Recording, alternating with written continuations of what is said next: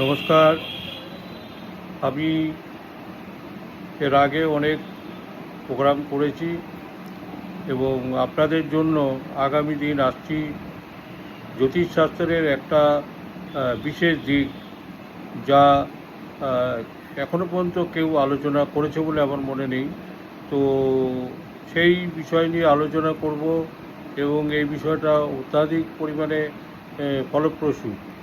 তো সেটা হচ্ছে তাজিক মতে মানুষের প্রভাব, গ্রহ নক্ষত্রের প্রভাব কিভাবে হয়।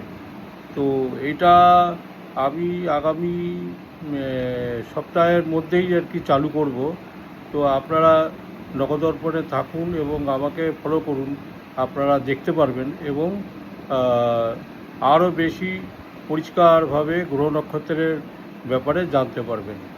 ধন্যবাদ। আজকে মহাষ্টমীর শুভেচ্ছা জানাই।